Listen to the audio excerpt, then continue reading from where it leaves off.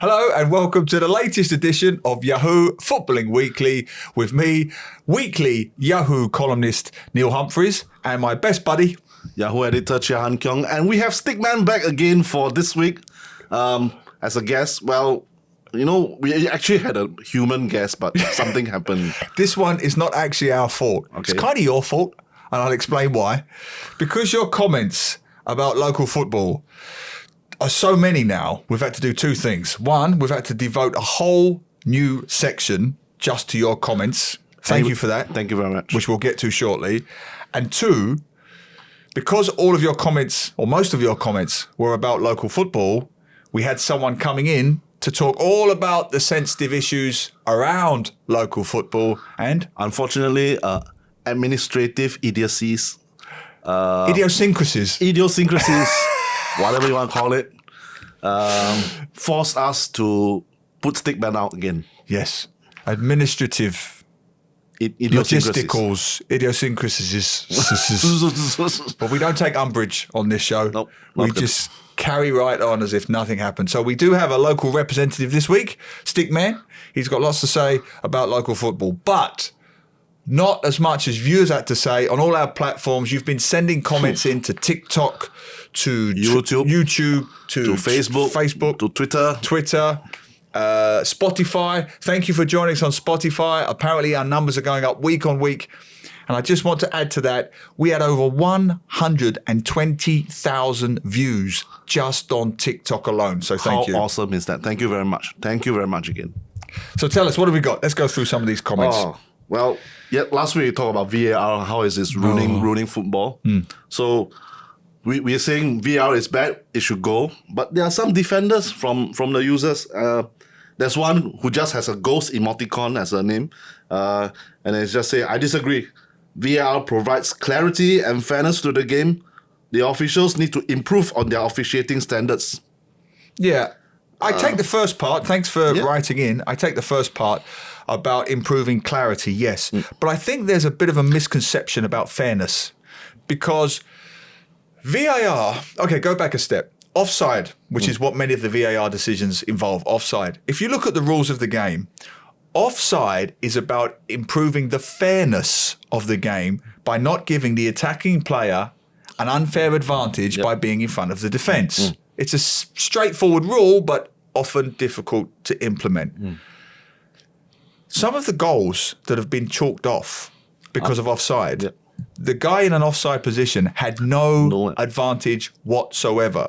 So even though it's correct, it's actually not fair. So you've got this weird situation where VAR might be scientifically, geometrically making the correct decision, but they're actually not making the fair decision, and that's the distinction. It's all about context, you know. Exactly. Referee can see on the pitch and get the context of the attack, and they know, okay, this one he doesn't really interfere.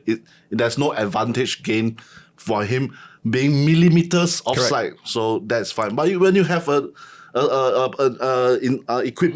video equipment to go back and forth again, then you try to find the small thing, then it loses the purpose. And again, it really boils down to another human element being added into deciding decisions, and then already the referee is susceptible to mistakes. What about the VAR referee inside the room? He is also susceptible. He misses out something. He misses out a small infringement, and then he makes another mistake. You see? So yes, you have a good equipment, you have a very accurate equipment, but you have a person judging. You have a person judging on how things are going to be. It just adds another layer of uncertainty. It just gives the managers and fans another person to aim your abuse at. And VAR, ultimately, you want to decide, do you want clarity or do you want fairness? It sounds like you're both saying the same thing, but you're not. Because if you say you want scientific clarity, you know, get out your geometry sets and all your science geeks, then go to the lab. Go get a Bunsen burner and a Petri dish and knock yourself out. Or a microscope, periscope, everything. Yeah, get your little microscopes the elbow out. hair is offside. Yeah, that's what scientific clarity is for. What you want in any sporting competition is fairness. And some of the goals that are being chalked off are being unfairly chalked off. Speaking of that, do you see that Juventus, the final of the Juventus match? No, what happened? So what happened in Serie A? Juventus are playing Salernitana in the Italian Serie A. They were down 2-1 in the 90th minute. They scored an equalizer, 2-2. And in the 94th minute, this Polish guy, Milik, if you remember him, he scored 94th minute. They thought they won it, 3-2. And there was a lot of he took off his shirt, he took off his jersey. That's another yellow card, and then there's the second yellow card, so he was sent off. And then VAR came in and said, no goal. Wow. And then obviously Italian emotions run high. Of course. And then I think three other players were sent off after that. And then when they go back and check the VAR, the VAR missed out. There was a person playing onside on the other side of the pitch. And so it shouldn't have been chalked off. Yeah. And now well, Juventus have 3 players sent off. Yeah. And they miss out on a win. Unbelievable. Wow. And just one last point on that. Yeah. When VAR goes back and checks if there was a foul or a mistake or an error of any kind in the build-up, I don't want to state the bleeding obvious here, but stop the press. There is always a foul, a mistake in the build-up. Yeah. How far back do you go? This idea that you go back, so the guy was offside there, and then he went to the second phase, and then he knocked in the winner, so therefore he's offside. Look, you can go back as far as the opponent's box. Goalkeeper clears, there's a foul on the edge of the box, referee plays on, somehow that player gets up, gets to the other end of the pitch, he scores. You're then supposed to pull it all the way back to the edge of the other box? It's absurd. Yeah. There's a difference between clarity and fairness. What football really wants is fairness. Got another comment. Before VAR, there were loud calls from fans to have rechecks to ensure a fair result. May not be perfect now, but don't remove VAR. Well, I agree with that point. Fair result. That's all we're looking for. And I think too many key decisions in too many important games have not been fair. Yep. Simple as that. And the last point, emotion. You said it there about the Juve fans' emotion. That's the number one problem I have. As I said before, you cannot take emotion out of the game. We're not in a science lab where you're supposed to take emotion out and it's reason and balance and research. It's a football match. It's supposed to be passionate. It's supposed to be fun. No, it's got to go. Get rid of it. I've had enough. And that's the fun part about things. You after the match, you thought the referee made a bad decision. This player made a wrong decision. This player should have fouled, and then or whatever things. That was before VAR, and then we had a lot of things to talk about. And now, ironically, we have even more things to talk about, but it doesn't eliminate the kind of errors. You see, so. It's just... I would say most of the serious areas of the past were settled, most of them, with goal line technology. Yeah. That took out so much of the controversy of the past. After that, yes, a few glaring offsides, but nothing major enough, that I think could have been picked up. All right, so let's move on. You've got a lovely long piece here from Callum, who was talking about our previous guest last week when he was Michael Carrick. Yeah. So Callum, well... Thanks for writing these things. So he says he's a self-professed Michael Carrick fanboy. I just want to vehemently agree with Neil's comment about Michael Carrick. He sounds very smart. Yeah. I like him already. Yeah. We don't just have regular listeners, we have smart listeners. Very smart. Really seen football and live football. It truly was the truly greatest scandal in footballing history that Carrick was criminally undervalued by England during his career. I agree. Did the succession of England managers really not think that it was wise to select a player who was the linchpin of one of the great Manchester United teams for many years? Someone so consistent and trusted by Sir Alex Ferguson, a player who can actually pass, control and retain possession, which England's so-called golden generation desperately lacked. Next paragraph. Okay. Perhaps he could have solved the farce that was can Gerrard and Lampard coexist, play together, and quite how the likes of Gareth Bale regularly started for England instead of him is beyond me. Okay. And then he asked about a regular return to management for Carrick. Well, I don't know if the Daily Mirror are following and listening to our podcast, but just this morning I read in the Daily Mirror, you couldn't make this up, Han Keong. No way. It is believed that Ole Gunnar Solskjaer could work with Michael Carrick again. Wow. Solskjaer has apparently had several offers and has the idea of him possibly working with Carrick as his number 2 if they return to management. Apparently he's had EPL club offers and he's had offers in his native Norway. I think this should be the other way around. I didn't want to say. But on Carrick's point, could not agree more. Yep. England has a terrible track record when it comes to creative, cerebral players going back to Glenn Hoddle. Yep. You can go back even further. Stan Bowles, Frank Worthington, Glenn Hoddle, Chris Waddle, Gascoigne to a certain extent, Michael Carrick, Paul Scholes. If any of these players, I know it's a cliche, but if they were Spanish or Italian, they would find a way to fit them into the pattern. Precisely. In that brief post-Gerrard, Lampard era, there was no one better than Carrick. No. I believe he was the sharpest, most intelligent, most insightful player England had by a country mile. I think he single-handedly kept the remnants of the Alex Ferguson era together. They were falling apart. Yeah, they were running on fumes. After the 28, 9, 10, 11, 12, they were in decline. It was players like Carrick who kept them together. So I completely agree with you. But let us know what you think. Tell us your views. Should Carrick work with Solskjaer? Should Solskjaer work with Carrick? Should we scrap VAR? Let us know all your comments and send them to Yahoo Southeast Asia on YouTube. Subscribe to that. Yahoo SG, Yahoo_MY on Twitter. And on TikTok, it's Yahoo SEA. And subscribe. Subscribe. Please subscribe to Spotify or wherever you get Acast. We have it on Acast as well. So Facebook, wherever. Yeah. Wherever you get your podcast of choice, please subscribe and keep the comments coming. All right, moving on. Section 2. Okay. English Premier League games were cancelled last weekend. No football. Because of the death of Queen Elizabeth II in the UK. And to pay tribute, there were no English Premier League games. There were no English football, British football games, full stop. The entire football pyramid shut down. Football. Yes. Yeah. Now, I wrote a column which you can read on Yahoo. Not surprisingly, I don't agree. Oh, of course. I don't agree. The games should not have been cancelled, and here's why. It's unbelievable to me, Han Keong, that we had to learn from the Asian Netball Championships in Singapore to show English football in England how to pay tribute to an English queen. Before the match against Singapore, Malaysia, Queen Elizabeth appeared on the big screen. Everybody stood up. Minute silence. Impeccably observed. Impeccably observed.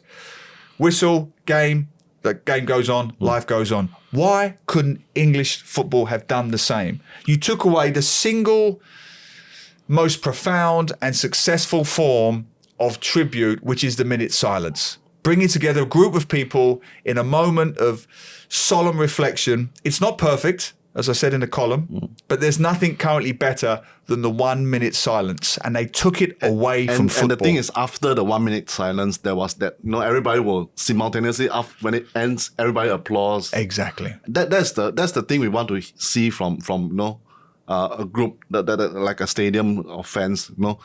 I know, I kind of see what the FA, the football will say, okay, we are scared that there's some idiots around saying that who might chip it, might just make they'll boo, they'll jeer. There's always idiots. Yeah, that's why there's always idiots. But far more people wanted to show their respects, and it's not like denying the fans of what they want to do. Yeah.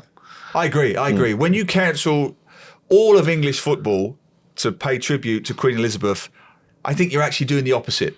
You're penalising football supporters. Why? Because you're overlooking the ecosystem, the financial ecosystem that props up every community in the United Kingdom, just as it does in Singapore. Just as you sell your carrot box and your curry puffs outside the National Stadium, you've got burger vendors, you've got taxi drivers, coach drivers, pubs, restaurants. The whole ecosystem around every football club, big or small, in the United Kingdom was effectively stopped and shut down. Right. So you're penalising people financially. You're stopping them from expressing their emotion and pay tribute to the Queen. And you're stopping life from going on. And the thing about the Queen, whatever your position is on the British Queen, she was always keep calm, carry on, and just get on with it. Yeah. And they couldn't get on with it. Yeah, I totally agree with everything you said, but I just want to offer another perspective. Go on. In Asia, I've looked through all the fan forums, the WhatsApp groups that I have of Singapore fans, EPL fans, and even my parents. They are okay with it. They're okay with having calling off the match. I'm not angry about it. It's not angry about it. I mean, that's what I felt in Asia. Perhaps it's a bit more Respectful, a bit more solemn. They prefer that kind of solemn, remembrance. But what happens next? Now we have more postponement. Exactly my next point. And Liverpool versus Chelsea is being postponed. Manchester United versus Leeds will be postponed. Yep. And I think it's Arsenal's Europa League against PSV. And then there's Crystal Palace versus. I think they're off as well. That match is off as well. Don't know. Brighton. I don't know why. Yeah. But now this is one I really disagree with. The second postponement. Which, if anything, they should have anticipated. Because if you're going to cancel the first one, and just one final point on cancellation, I don't mind the English football being cancelled if you're going to pay tribute. I don't mind. What I do mind, the rugby still plays. The cricket still plays. The golf still played. Various tennis tournaments still played. What are you really saying here? We trust rugby fans. We trust cricket fans. We don't trust all of English football to do the right thing. It sent a very cynical message. To me, anyway. But okay, you made that decision, but they would have known at the time that next weekend would be disrupted. You're going to have tens of thousands, if not hundreds of thousands, of people gathering around London, Westminster Abbey, to pay their respects. So, of course, all fixtures in London and major cities across the country are going to be affected. They should have anticipated that when they made the decision to cancel last week, because now you're cancelling 2 weeks in a truncated season already. Yeah. Madness. In the packed season. Madness. And this means Liverpool have only one Premier League match played in all September. One Premier League match, no. And if they did do like last season, four involved in 4 trophies again, I'm sure Jurgen Klopp is going to be furious about this cancellation. Yeah, I don't see that happening. I don't see that happening this year. Look, after Napoli, no way. But I did the reading. It's in my Yahoo column. Please read it. There are no free slots left this year already. Yep, it's all next year. So for 6 of those teams, because it's 3 fixtures cancelled, they're going to have to find 2 slots. As it stands, in 2023, there are only 3 slots currently available, and even they are not entirely free. They're there to allow those in the latter stages of the Carabao Cup, the FA Cup, to rearrange league fixtures. Yep. And that doesn't even take into account Champions League, which honestly, I think is probably Liverpool's best chance of a trophy this year. If I was Klopp, I would just go all in on the Champions League. So Liverpool have got 1 game, right, in the whole of September. Yep. All of September. The league stops on November the 20th. He's going to lose 2/3 of his squad to the World Cup. You never know what's going to happen. December 20th, they come back, and already they've got 2 extra fixtures to find a slot in when they should probably still be in the League Cup and the FA Cup and the Champions League. See, the Premier League very smart. They wait until Jurgen Klopp did his press con finish for the Champions League, and then they announce it, because if they announce it beforehand, Jurgen Klopp is going to really have a go at them. Yeah. But West Ham will not be in the running for the FA Cup, the League Cup and the Champions League. So honestly, I don't care. But no, it is ridiculous. It is ridiculous. No more cancellations. Pay your respects to the Queen at the game with the minute's silence. Enough, yeah. Trust football fans to do the right thing. Yeah. Now, speaking of doing the right thing, Chelsea. The right thing. Graham Potter. Do you think Graham Potter did the right thing swapping Brighton for Chelsea? I don't think so. on his personal side, I think on his career wise, obviously it's a step up. But he's abandoning what has been one of the great success stories of recent seasons. Getting Brighton becoming a respectable club. Currently fourth. Fourth. But in the past 3 seasons have been doing well, getting the odd, usually giving every team a tough fight, and giving occasionally upsetting the top 6 clubs. So.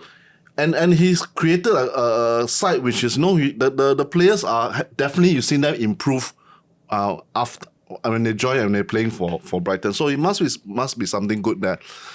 And to go from that to a absolutely volatile club who wouldn't think twice in sacking the manager. Of course. You got to wonder why does he think it is worth the trouble? Yeah. I could not agree more. Yeah. I could not agree more. Potter's decision to go to Chelsea is so reflective of the modern game. It does feel like a Greek tragedy. I mean, if you think about the protagonists here, right? You've got Brighton. They are the literal poster boys for being the good guys, right? They're not owned by oligarchs. They're not owned by American hedge funds or, tax exiles.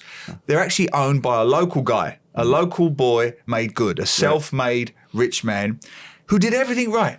Built the club from the bottom up, self-sustaining club, a sensible business and football policy, good manager, gets them up to fourth. They've got no European distractions. Nope. They won't have as many World Cup players as other major teams. They could have a shot here. Yeah. They're currently fourth. Yeah. I'm not going to say they could have done a Leicester, but they could possibly get top 6, top 4. Absolutely. In this strange season, absolutely. And then it all falls apart and they join the bad guys. Potter joins the bad guys. It's a Greek tragedy. Yeah. It just sums up where we are. You go from the romantic side to the cynical capitalist side, run by the American, whatever investor, hedge fund guy with the silly sunglasses and the long hair and the faded denim and, a real textbook American modern capitalist. He's going to get fired.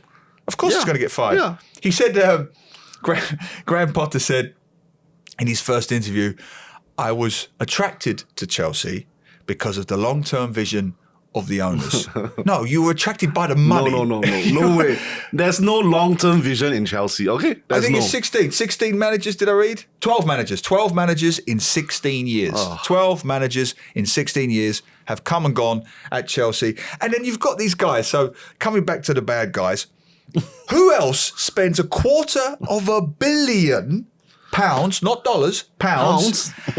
Knowing they're going to sack their manager. Yeah. Apparently, they'd already decided to sack him before the Champions League game because he kept, taking in the owner. So what this means is they expect the new manager to figure it out what to do with this new bunch of players. Right. It's not say, the manager comes in and then, okay, what do you want? No, we have it now. What we have here, you make sure you solve the problem. Yeah. So that's the thing is, now it's all on Potters to try to figure out how to configure the best formation for these players. And Tuchel, a Champions League winning manager, couldn't do it. He's got striking issues, haven't replaced Lukaku properly. Yep.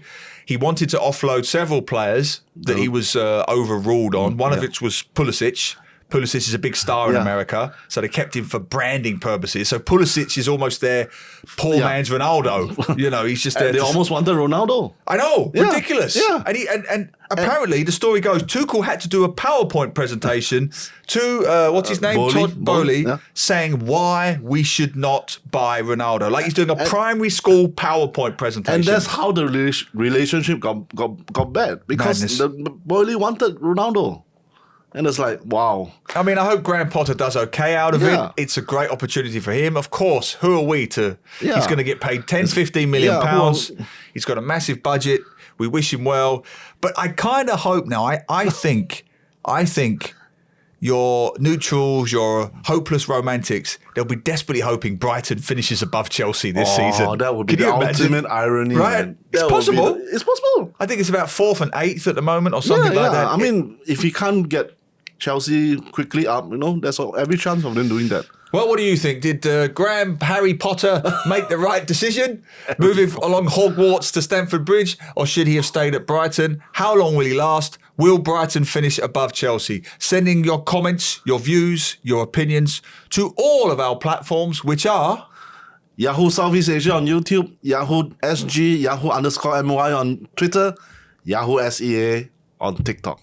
Is it correct? Yeah. And correct. subscribe.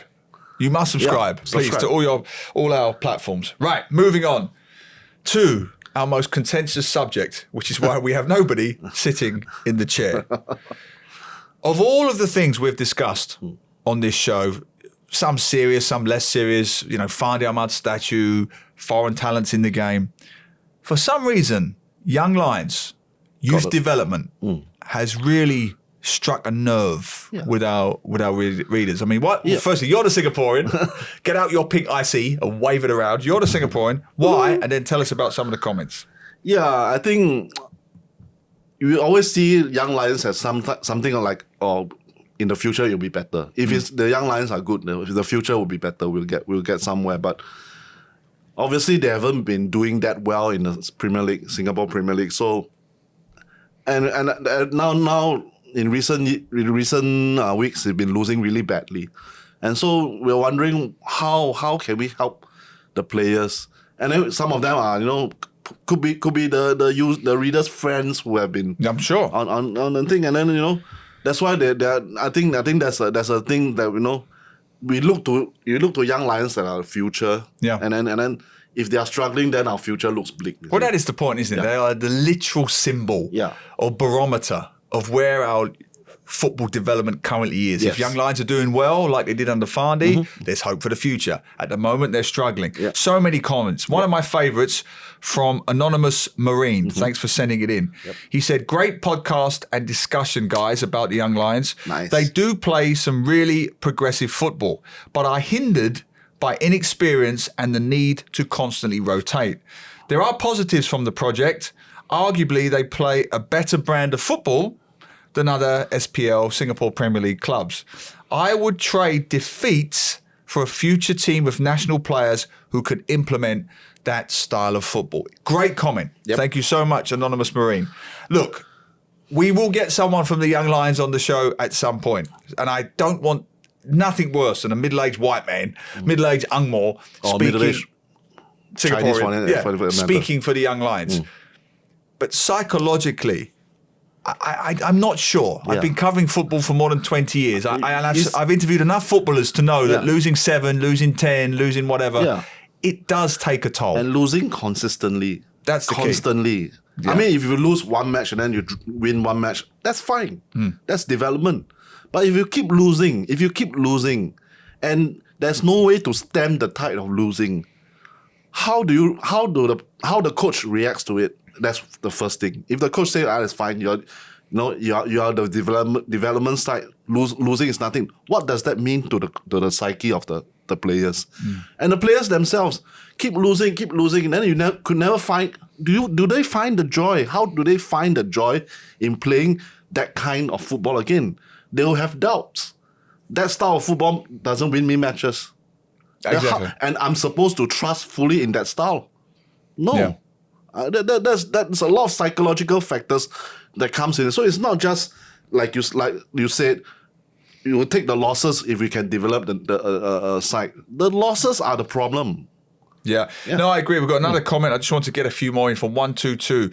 Those NS men playing football professionally will only get playing time in the Young Lions. And if we disband the Young Lions, our future talent will simply be demolished. That is the problem. That is the dilemma that's facing Young Lions now. If you disband them, they don't get playing time.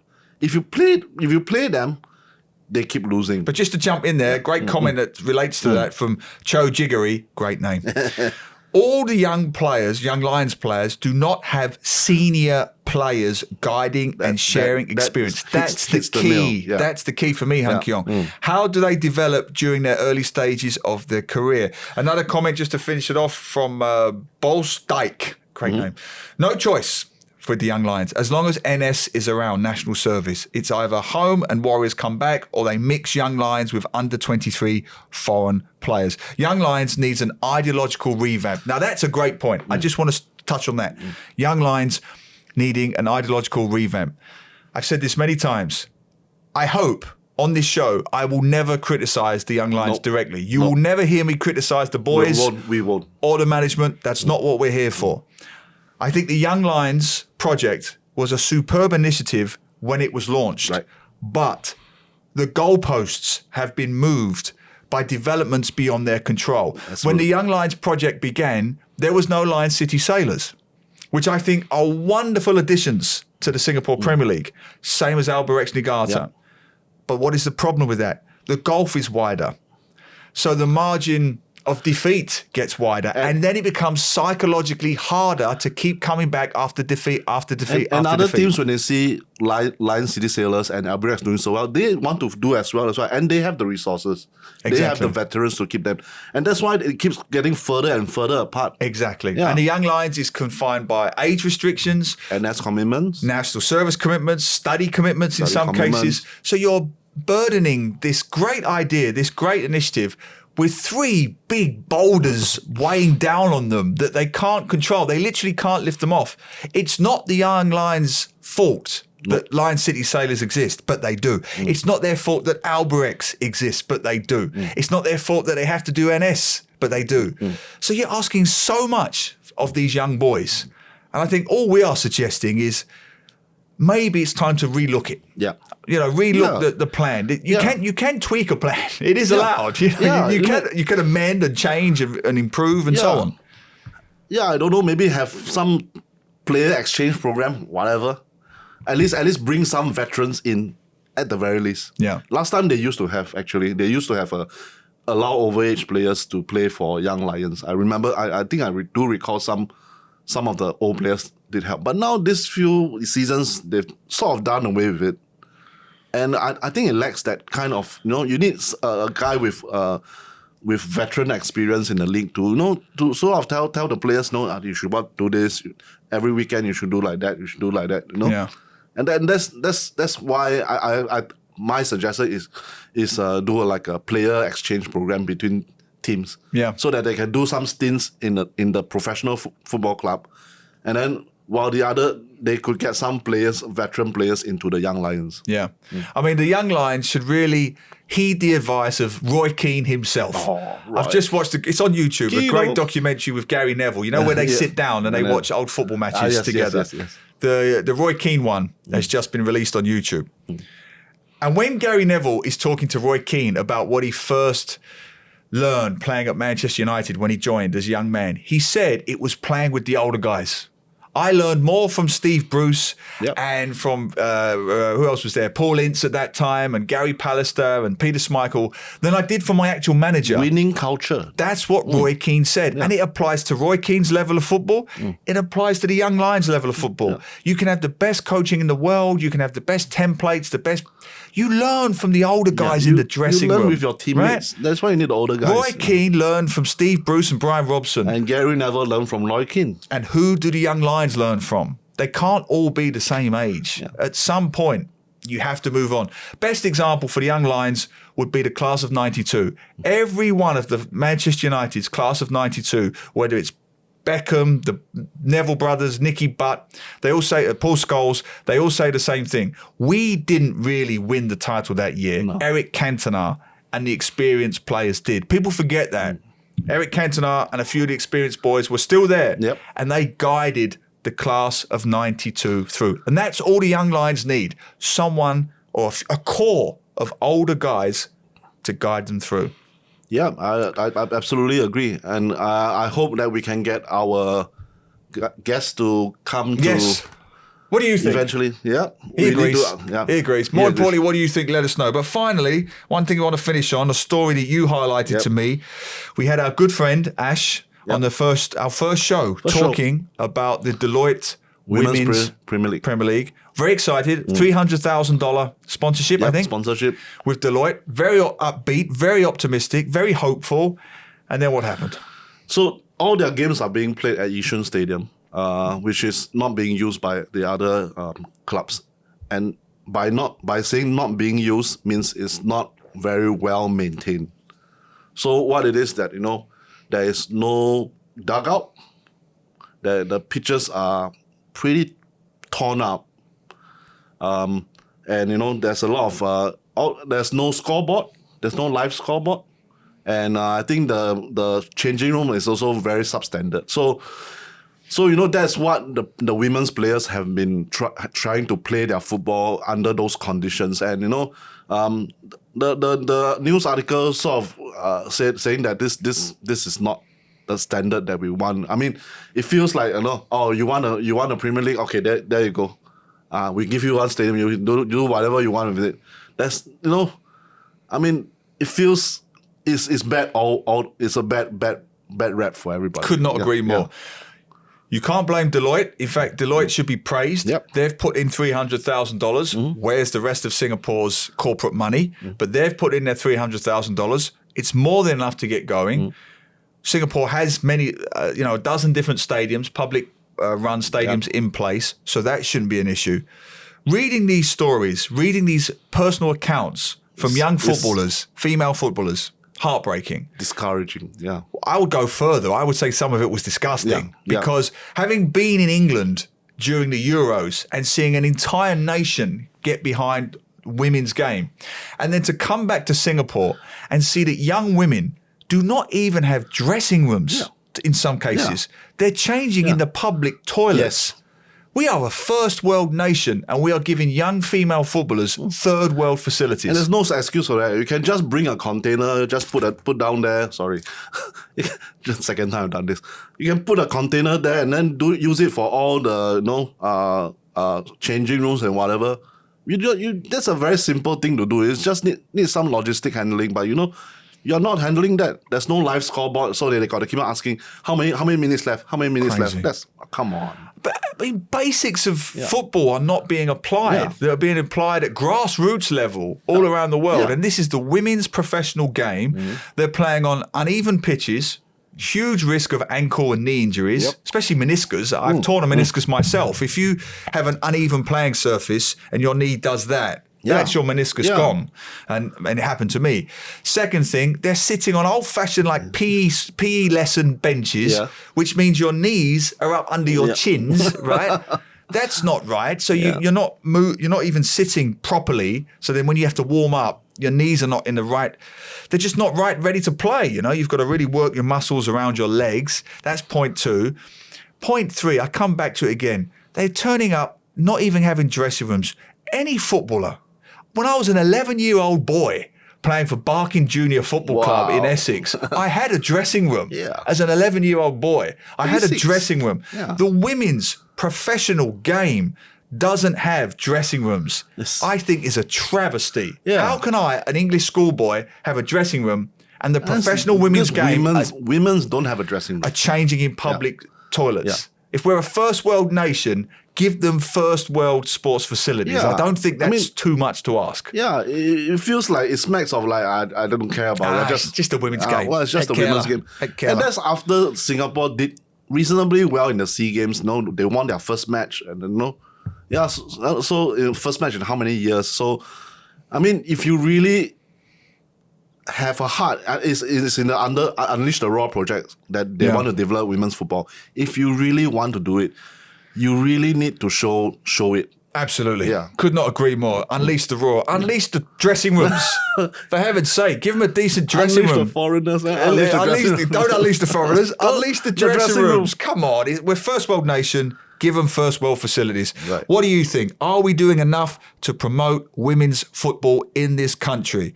Let us know. Finally, all your comments to Yahoo Southeast Asia on YouTube, Yahoo SG, Yahoo _M1 on Twitter, Yahoo SEA on TikTok. Yeah. Brilliant. And I must say this before we go.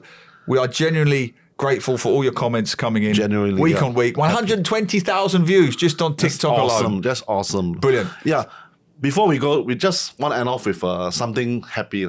What's the one thing happy you have? Well, my final word this week, I was thinking about this. We should spare a thought for Harry Kane. Because Harry Kane now has to learn a whole new national anthem. Oh, God save the... he's taken a long time. God save the... But he'll get there. So if you think you've got problems, you're not Harry Kane, you haven't got a whole new national anthem to learn. And on that note, thank you very much, and we'll see you all next week. Goodbye. See ya. God save the... Prince Harry. Prince Harry.